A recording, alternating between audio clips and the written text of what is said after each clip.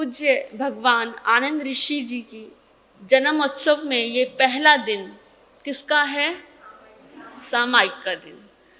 सामायिक का ये दिवस जहां आप 3 घंटे की सामायिक लेकर बैठे हैं। सामायिक का अर्थ है समय के साथ एक हो जाना। समय के साथ एक हो जाना। और समय के साथ हम कब एक होते हैं? हम तो सामायिक में बार बार घड़ी भी देखते रहते हैं कि सामायिक आई या नहीं आई, 5 मिनट की रह गई, 10 मिनट की रह गई, अभी घर जाना है, कितनी देर की सामायिक है। लेकिन वास्तविक सामायिक वो है जो समय के साथ एक हो गए। इसका अर्थ क्या है? जहां पर आप अपने आप में इतना विलीन हो गए, अपने स्वभाव में इतना विलीन हो गए कि समय का आपको पता ही नहीं चला। समय आपके साथ एक हो गया तो क्या होती है? सामायिक। अभी गीत में लाइन थी, घट घट के अंतर्यामी की। घट घट मतलब घड़ा, घड़ा मतलब कौन सा? जो हमारे भीतर जो घट है, वो उस हर घट घट के जो अंतर्यामी है, मतलब जो उस घट घट के अंदर की बात जानते हैं, जो हर घट की, चाहे वो मनुष्य का शरीर है, चींटी का शरीर है, हाथी का शरीर है, निगोद का शरीर है, किसी का भी शरीर है, उसके भीतर के जो अंतर्यामी है, जो उसके भीतर को देख पा रहे हैं, ऐसे कौन है? भगवान महावीर स्वामी। आपको तो इतना अपने आप को सौभाग्यशाली समझना चाहिए कि भगवान महावीर आपके भगवान हैं। उन्होंने मनुष्य मात्र के लिए सूत्र दिए। उस समय तो जैन वगैरह कुछ चलता ही नहीं था, क्षत्रिय ब्राह्मण समाज ऐसा था। हर मनुष्य के लिए उन्होंने सूत्र दिए, चाहे वो स्त्री है, चाहे वो पुरुष है, गरीब है, अमीर है, रोगी है, स्वस्थ है। ये जो सूत्र हैं भगवान के, सामायिक सूत्र, प्रतिक्रमण सूत्र, ये किसके लिए है? मनुष्य के, जो भी इंसान बनकर पैदा हो रहा है। जैसा आपका स्वभाव भोजन करके विष्ठा निकालना है, जैसा आपका स्वभाव जल पीना है, श्वास लेना है, वैसे ही आपके लिए आवश्यक है भगवान महावीर के सूत्र। जैसे भगवान ने जल का बताया है कि जल पीना कितना आवश्यक है, वैसे ही अगर आप डिस्टरबेंस नहीं करेंगे तो मुझे भी बोलने में आनंद आएगा। आप बैठ जाइए प्लीज जल्दी। जो सूत्र है प्रतिक्रमण, आप हर तिथि में, चौमासी पक्षी में, पर्युषण पर्व में प्रतिक्रमण करते आए हैं ना।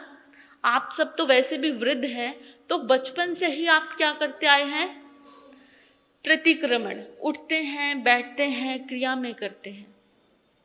प्रतिक्रमण का अर्थ है, देखिए भगवान की कृपा को महसूस कीजिए कि उन्होंने इंसान के लिए सूत्र दिया कि प्रतिक्रमण का अर्थ है किए हुए पापों में क्रम से पीछे लौटना। आपने दिन भर में क्या किया, उसमें धीरे धीरे पीछे लौटकर देखना, वो क्या है? प्रतिक्रमण। हर किसी का प्रतिक्रमण अलग है। ये तो हमारे आचार्यों की अनुकंपा है कि उन्होंने प्रतिक्रमण के सूत्र आपको बना के दे दिए, जो सबके लिए समान रूप से लागू होते हैं। आप पुस्तक में ऐसे पाठ पढ़ते हैं जिनका आपको अर्थ भी समझ नहीं आता। उठते हैं, बैठते हैं, मिच्छामि दुक्कडम, मिच्छामि दुक्कडम, मिच्छामि दुक्कडम। क्यों?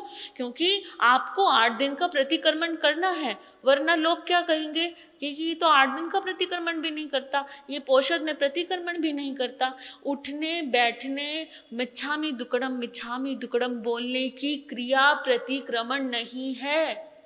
भगवान कहते हैं जैसे श्वास एक व्यक्ति लेता है और उसी से वो स्वयं जीवित रहता है, ऐसे ही प्रतिक्रमण हर किसी का अलग है। आपकी मिठाई की दुकान है, दिन भर उस पे मक्खी बैठते हैं, मच्छर बैठते हैं, तो आपका प्रतिक्रमण उस मिठाई की दुकान से शुरू होता है। आपका सिल्क का काम है, आपका कपड़े बुनने का काम है, आपका मसाले कूटने का काम है, अनाज का काम है, उसमें की हुई क्रिया हिंसा, उसके हिसाब से आपका प्रतिक्रमण क्या है।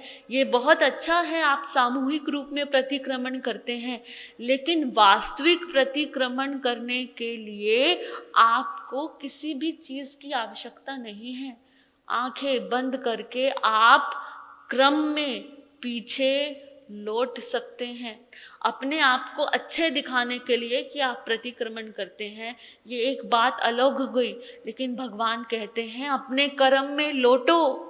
सुबह तुम्हारी आंख खुली, आंख खुलते से लेकर रात के सोने तक उस दिन भर में तुमने क्या क्या किया।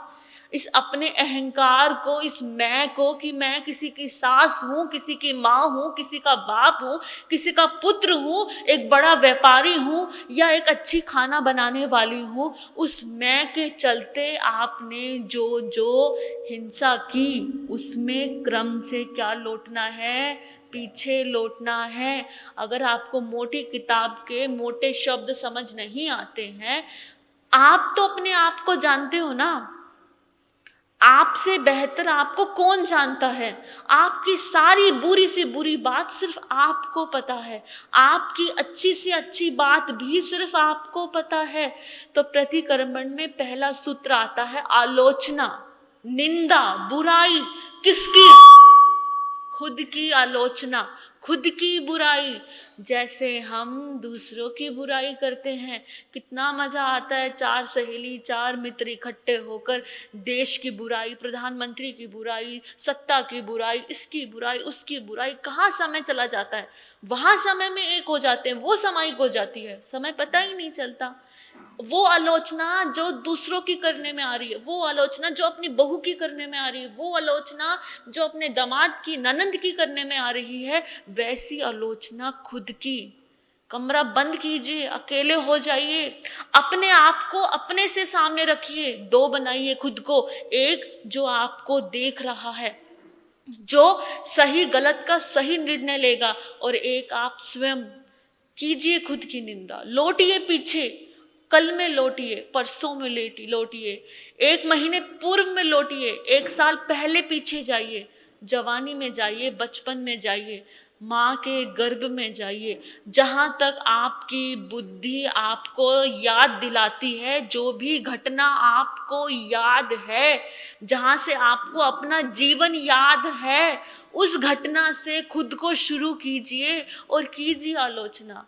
जब आप स्कूल में थे, किसके साथ आपने बुरा किया, टीचर का अपमान किया, सहपाठियों के साथ ईर्ष्या का भाव रखा, कीजिए आलोचना। जब आप बड़े हुए, व्यापार में आए, किसके साथ माया की, किसको पीछे छोड़ा, किसको दुख पहुंचाया, उसकी आलोचना। आपके हर कर्म की आलोचना। जब आप गर्भ अवस्था में थे, उसकी आलोचना। उस समय जो कोई आपके मन में उतार चढ़ाव रहा हो, उसकी आलोचना। खुद की आलोचना। आज सुबह में आपने क्या किया, यहाँ आने से पहले आपने किसके लिए माया की, किसके लिए झूठ बोला, अपने आप को सिद्ध करने के लिए कि मैं कुछ हूं, उसकी आलोचना। और भगवान कहते हैं सबसे बड़ी आलोचना है कि हम सब मनुष्य बने हैं, सब कुछ हमारे सामने है, सारे साधन हमारे सामने हैं, सारे शास्त्र हमारे सामने हैं, ये गुरु हमारे सामने है, फिर भी हम नहीं जागे, फिर भी हम सुन रहे हैं क्रोध मान करो, मान मत करो, माया मत करो, कषाया मत करो, क्रोध मान कषाया मत करो, मत करो, मत करो। कब से सुन रहे, सुनते सुनते सुनते भी एक बार भी भीतर नहीं होता कुछ भी। शब्द सुन के हमारे कान इतने पक गए हैं कि जब कोई कहता है कि क्रोध मत करो, तो कानों को वो शब्द सुनाई भी नहीं देते, कहाँ चले जाते हैं पता नहीं। उस क्रोध, मान, माया, इन शब्दों को आपने देखा नहीं। आप पुरुष का शरीर लेकर पैदा हुए, आप पढ़ सकते थे, आपके सामने शास्त्र थे, पुस्तक थी, गुरु थे, थोड़ा सा मोह दूर करना था, थोड़ा सा, बहुत ज्यादा नहीं, थोड़ा सा आप कर सकते हो, आपने नहीं किया। स्वयं की आलोचना, आप जो भी कर सकते थे वो आपने नहीं किया। आप किसी की मदद कर सकते थे, आपकी जेब में थे 100 रुपये, जिसमें से आप 5 पैसा, 5 रुपये, 50 रुपये किसी को दे सकते थे। पर अपन को क्या, जेब में हाथ रखा, अपन को क्या, इसके कर्म है, उसके कर्म वो भोग रहा है, आपके कर्म भी तो है देना। ये सोचे समझे। अरे इसका कर्म ऐसा, हमें क्या पता कल को पैसे का क्या यूज करेगा। आपका कर्म भी तो है, आप जहां दे सकते थे वहां आपने दिया नहीं, चाहे वो धन हो, विद्या हो, ज्ञान हो, कुछ भी। उस सब की आलोचना, इन सब की आलोचना जब हम करते हैं तो क्या है, प्रतिक्रमण। सिर्फ उठ बैठ के मिच्छामी दुक्कडम बोलने से कुछ नहीं। रसोई बनाते हुए हुई हिंसा का क्रमण, मिच्छामी दुक्कडम, ये है प्रतिक्रमण। फिर आता है, आपने अपने पापों को तो देख लिया, ठीक है, अपने पापों को देख के अगर आप प्रतिज्ञा लेते हैं कि ये पाप मैं दोबारा नहीं करूंगा। क्रोध में आपने किसी को अपशब्द बोले, इतने बुरे शब्द बोले जिनकी कभी कोई माफी भी नहीं है। आपने सोच लिया हाय मैंने क्रोध कर लिया, लेकिन आप सोच रहे हो कि मेरा बेटा क्या सोचेगा, कि मम्मी को इतना गुस्सा आता है, मेरी बहू क्या सोचेगी, सास को इतना गुस्सा आता है, पति क्या सोचेगा। अभी भी आप खुद को बचाए रख रहे हो कि सामने वाला क्या सोचेगा। अब भी पश्चाताप में पर्दा है खुद को बचाने का। जब आप ये सोचो कि क्रोध नहीं करना, आगे बुरा शब्द नहीं बोलना, जब आप क्या ले लो, प्रायश्चित में जाओ। पश्चाताप का मतलब है कि मैंने सोचा कि मैंने गलत किया, लेकिन फिर वापस गलत किया। जैसे स्थिति परिस्थिति आई वैसे ही फिर क्या किया, गलत किया। प्रायश्चित का अर्थ है कि मैंने सोचा कि मैंने गलत किया और फिर दोबारा भी वो कभी गलत नहीं किया। जब आप प्रायश्चित में जाते हैं तो आपका क्या होता है, प्रतिक्रमण होता है। अब आप खुद को भीतर से टटोलिए, देखिए कि किस क्षण आपने जीवन में कितनी बार सही मायनों में क्या किया है। इतनी उम्र आपकी हमारी सबकी बीत गई, कितनी बार हमने असल में क्या किया, खुद से माफी मांगी कि खुद को हमने इतना समय बर्बाद कर लिया, नहीं देख पाए जो दूसरों के लिए बुरा कर रहे हैं। हम बहुत चालाक है। जब हम ये बात करते हैं ना कि दूसरों की, तो हम अपने आप को सोचते हैं कि दूसरों ने मेरे साथ क्या बुरा किया। हम अपने आप को बीच में रख के ये सोचने लगते हैं कि उसने मेरे साथ, ये प्रवचन शायद दूसरे के लिए है, उसने मेरे साथ क्या। नहीं, आपकी अपनी बात है, आपने किसके साथ क्या किया। अपने आप को मासूम मत बनाइए, पर्दा मत रखिए, भोला मत बनाइए।